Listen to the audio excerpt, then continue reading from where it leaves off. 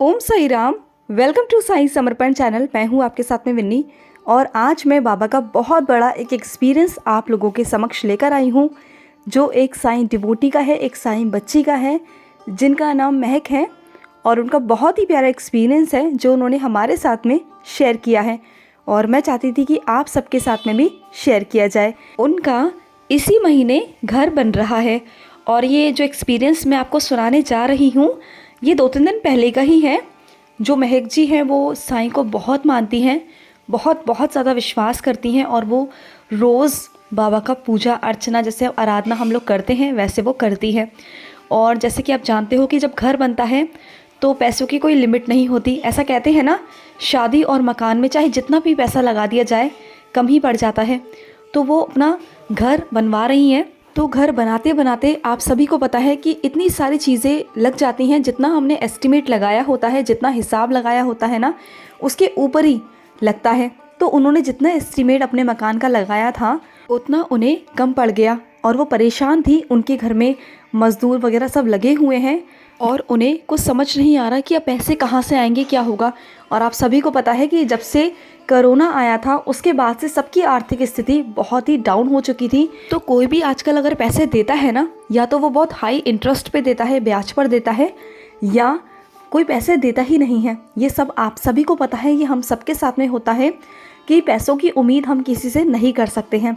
तो वो ऐसे ही बहुत परेशान थी, उन्हें कुछ समझ नहीं आ रहा था कि मैं क्या करूँ। तो उनकी जो बेटी है उनका अकाउंट किसी बैंक में था, तो उन्होंने ऐसे ही बात करी किसी के सामने। उनके घर पे कोई भैया आए, कोई भैया थे उनके नोन में थे वो, तो ऐसे ही वो मिलने आए और बैंक की ऐसे ही कुछ बात चल रही थी कि बैंक में कुछ बात करनी है, कुछ करना है, इस तरह से कुछ बात चल रही थी। तो जो वो भैया आए ना, तो उन्होंने ऐसे ही बोला कि आंटी आपका भी बैंक में अकाउंट है शायद, तो आप उन्हें अगर यूज़ नहीं करते हो ना तो आप उसे जाके क्लोज़ कर दीजिए, क्योंकि अगर आप बैंक के अकाउंट को आप क्लोज़ नहीं करोगे ना तो वो आपका माइनस में चला जाएगा और आगे चल के आपको ही प्रॉब्लम होगी। तो एक जेन्युइन उन्होंने ये बात उनको बोली, आंटी को, जो महक जी थी उनको बोली। तो क्या हुआ, अगले दिन ना उनको उनकी बेटी ने, मतलब इतना माइंड तो नहीं किया फैमिली वालों ने, लेकिन उनकी बेटी ने नेक्स्ट डे बोला कि मम्मा चलो हम लोग बैंक चलते हैं, आपका बैंक में खाता है। और बैंक में खाता था कैनरा बैंक, आप सभी को पता है कैनरा बैंक। तो उनकी बेटी ने अपनी मम्मा को कैजुअली बोला कि मम्मा चलो हम लोग बैंक चलते हैं कैनरा बैंक, और जो आपका अकाउंट है उसे क्लोज़ कर देते हैं, क्योंकि आगे चल के फिर वो माइनस में चला जाएगा तो बहुत आगे चल के दिक्कत आ सकती है। इनफैक्ट महक जी को पता ही नहीं था, काफ़ी टाइम से उन्होंने जो बैंक का अकाउंट था इन्होंने काफ़ी टाइम से मेंटेन ही नहीं किया। ना इनके पास में पासबुक थी, ना इनके पास में अकाउंट का नंबर था, कुछ भी नहीं था। बस इन्हें बस ये पता था कि शायद मैंने बहुत साल पहले एक अकाउंट खुलवाया है, और उन्हें कुछ कंफर्म भी नहीं था क्योंकि बहुत साल पहले अकाउंट खुलवाया था, आई थिंक 4-5 साल पहले। तो उन्हें पता नहीं था कि मेरी पासबुक भी नहीं है, मैंने मेंटेन भी नहीं किया, ना ही कोई एंट्री कराई। आप सभी को पता है कि अगर कुछ टाइम तक अगर हम लोग मेंटेन नहीं करते बैंक के अकाउंट को तो वो क्लोज़ कर देते हैं, है ना, डेड में वो चला जाता है। ऐसा ही होता है, सबके साथ में ऐसे होता है, सबको पता है। तो उनको लगा कि पता नहीं अब वो बैंक वालों ने बंद अपने आप ही कर दिया होगा, क्या है क्या नहीं। तो वो ऐसे कैजुअली पता करने अपनी बेटी के साथ में गई। तो जैसे ही बैंक में पहुंचते हैं तो उनकी बेटी ने बोला बैंक वाले से कि ये जो आधार कार्ड है ये मेरी मम्मा का है, और इसके आधार कार्ड के बेस पे आप चेक कीजिए कि आपके बैंक में कोई अकाउंट है क्या। तो उन्होंने बोला क्यों, अकाउंट नंबर आपको नहीं पता। उन्होंने कहा ना मेरे पास पासबुक है और ना मेरे पास अकाउंट है। तो उन्होंने बोला कि अगर मैं आपको कैसे बताऊं कि आप उनके रिलेटिव हो या आप उनकी बेटी हो, तो मैं आपको कैसे उनका बताऊं, उनके बारे में डिटेल कैसे दूं। तो उन्होंने चेक किया तो अकाउंट तो था। तो बैंक वालों ने बोला कि अकाउंट है, लेकिन हम महक जी को ही इस अकाउंट की डिटेल देंगे, हम किसी को भी नहीं दे सकते, हमारे पास कोई आईडी प्रूफ नहीं है कि आप उनकी बेटी हो या क्या हो। तो जब उन्होंने अपनी मम्मा को सामने किया बैंक वालों के, तो उन्होंने आधार कार्ड के बेस्ड पे पहले अकाउंट ढूंढा कि इनके कौन सा अकाउंट है। और आजकल आपको पता है कि आजकल टेक्नोलॉजी इतनी हाई है कि निकालना कोई बहुत मुश्किल नहीं होता, बहुत ईजी होता है। आधार कार्ड के बेस्ड पे हम अकाउंट निकाल सकते हैं। तो उन्होंने अकाउंट निकाल दिया और अकाउंट नंबर उन्होंने लिखकर एक पर्ची पर रख दिया। फिर महक जी ने पूछा कि मेरे अकाउंट में कितने पैसे हैं। तो उनको लगा था कि आई थिंक ज़ीरो होंगे और कुछ भी नहीं होगा, और इतने साल से मेंटेन भी नहीं किया, कुछ याद भी नहीं है। तो जब उन्होंने पता किया तो उस अकाउंट में 34,500 रुपीज़, यानी कि 34,500 रुपये उस अकाउंट में थे। तो जब बैंक वालों ने महक जी को बोला कि आपके अकाउंट में 34,500 रुपये हैं, तो महक जी को लगा कि आई थिंक शायद मेरे सुनने में भूल हो गई है। तो उन्होंने अपनी बेटी को बोला कि एक बार जाके फिर पता करो, शायद मेरे सुनने में गलती हो गई है। 3500 रुपये होंगे ज़्यादा से ज़्यादा, अगर होंगे भी तो 3,500 होंगे, 34,500 तो हो ही नहीं सकते, नेवर, ये पॉसिबल ही नहीं है। उन्होंने अपनी बेटी को ऐसे बोला। तो उनकी बेटी को भी लगा कि शायद मम्मा ठीक बोल रही हैं।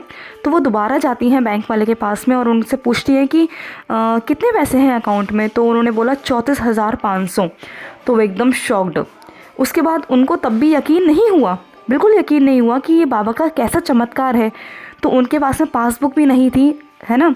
तो जो पर्ची पर एक अकाउंट नंबर जो बैंक वाले ने लिख के दिया, उसके अलावा उनके पास कुछ नहीं था। ना बैंक की पासबुक थी, ना उनके पास में अकाउंट था, ना कोई प्रूफ था, कुछ भी नहीं था। तो उन्होंने बस इतना बोला कि मुझे पैसे विड्रॉल कराने हैं। तो उन्होंने बोला चलो ठीक है, आप विड्रॉल का फॉर्म भर दीजिए। जैसे उन्होंने विड्रॉल का फॉर्म भरा और 2-3 काउंटर पर चेक हुआ, उसके बाद उन्होंने 34,500 रुपये उनके हाथ में दे दिए।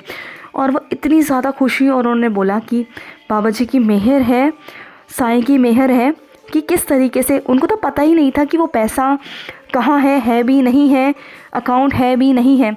वो तो अपने अकाउंट को क्लोज़ कराने गई थी। उन्होंने सोचा था कि मैं अकाउंट को क्लोज़ करा दूँगी, क्योंकि इतने सालों से मैंने यूज़ ही नहीं किया।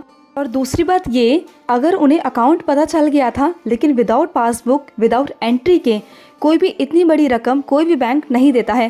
पहले वो उनसे ये कहते कि आप जाके पासबुक का आप अप्लाई कीजिए, आप पहले पासबुक लीजिए, उसके बाद आप पैसे निकलवाइए। लेकिन नहीं, देखिए बाबा का चमत्कार कैसा हुआ, विदाउट पासबुक उन्हें उनके पैसे विड्रॉल हो गए। तो ये बाबा की कृपा नहीं तो क्या है। ये देखिए इसमें साईं का आशीर्वाद कितना था, चमत्कार कितना था। तो आप लोगों में से कई लोग ये सोचेंगे इसमें चमत्कार क्या है, वो पैसे तो उनके खुद के जमा किए हुए थे। तो आप ये सोचिए कि जो पैसे उनके जमा किए हुए थे बैंक में, उनको तो होश ही नहीं था कि उनके बैंक में ऐसा कोई अकाउंट है भी। बस उन्हें था कि बहुत साल पहले उन्होंने ऐसे ही कैजुअली एक अकाउंट खुलवाया था और उसमें पैसे ज़ीरो हैं, उनको लगा कि पैसे है ही नहीं, और उनके माइंड से बिल्कुल स्लिप था। अगर वो शायद ध्यान नहीं देती ना, तो वो पैसा शायद उन्हें कभी लाइफ टाइम कभी मिलता नहीं, क्योंकि ना उनके पास में पासबुक थी, ना उनके पास में कोई अकाउंट नंबर था, ना कुछ भी नहीं था। उनके पास कुछ भी नहीं था, सब कुछ खो चुका था, उनको नहीं था कुछ भी, और माइंड में भी नहीं था। तो वो कभी ध्यान ही नहीं देती। देखिए सडनली बाबा ने किस तरीके से, वो जो भैया थे उनके घर पे भेजे, जो उनके नोन में थे, वो ऐसे कैजुअली आए और बैंक की बात हुई और उन्होंने सजेस्ट किया आंटी को कि आप जाकर इस तरह से आंटी करके आइए, क्लोज़ करके आइए। और फिर वो वहाँ पर गई और जाने के बाद उन्हें पता चलता है कि उनके अकाउंट में इतना पैसा है। मकान बनने के लिए ज़्यादा पैसा तो नहीं, लेकिन इतना था कि वो थोड़ा सा उनका हाथ थोड़ा सा हल्का हो गया। और 34,000 रुपये भी अगर आप किसी से लेने जाओगे ना आज के टाइम में भी, तो आपको विद इंटरेस्ट मिलता है, आपको ब्याज देनी पड़ती है उस चीज़ के लिए। तो देखिए बाबा ने किस तरह से उनके ऊपर हाथ रखा और उन्होंने बाबा का शुक्रिया अदा किया कि बाबा आपने ऐसी मुसीबत के टाइम में मेरा बाबा आपने हाथ पकड़ लिया। तो ये होता है बाबा के बच्चों का दृढ़ विश्वास बाबा पर। जब बच्चे प्रॉब्लम में होते हैं ना, जब संकट में होते हैं, तो बाबा किस तरीके से आकर उनका हाथ पकड़ते हैं और किस तरह से रास्ते बना देते हैं ना। और हमें खुद भी पता नहीं चलता कि क्या रास्ते हैं, और हमें तो लगता है कि चारों तरफ से रास्ते बंद हो गए हैं, और उन्हें भी ऐसा लगा कि शायद अब मैं क्या करूं, कैसे करूं, और मेरे पास तो इंतज़ाम ही नहीं है।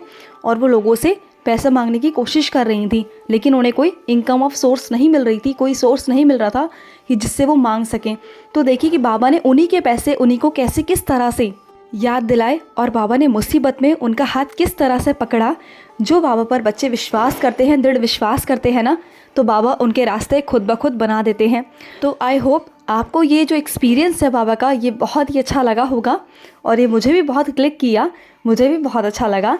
और आप सब भी सुनना, और अगर आपके भी कोई एक्सपीरियंस है तो ज़रूर हमारे साथ शेयर करना, और हमारे व्हाट्सएप नंबर पर या हमारे कॉन्टैक्ट नंबर पर आप हमें कॉन्टैक्ट कर सकते हो। तो चलिए मैं लेती हूँ समाप्ति, मिलते हैं नेक्स्ट वीडियो में ऐसे ही बाबा के प्यारे प्यारे अनुभवों के साथ में। तब तक के लिए ओम साई राम, जय साई राम।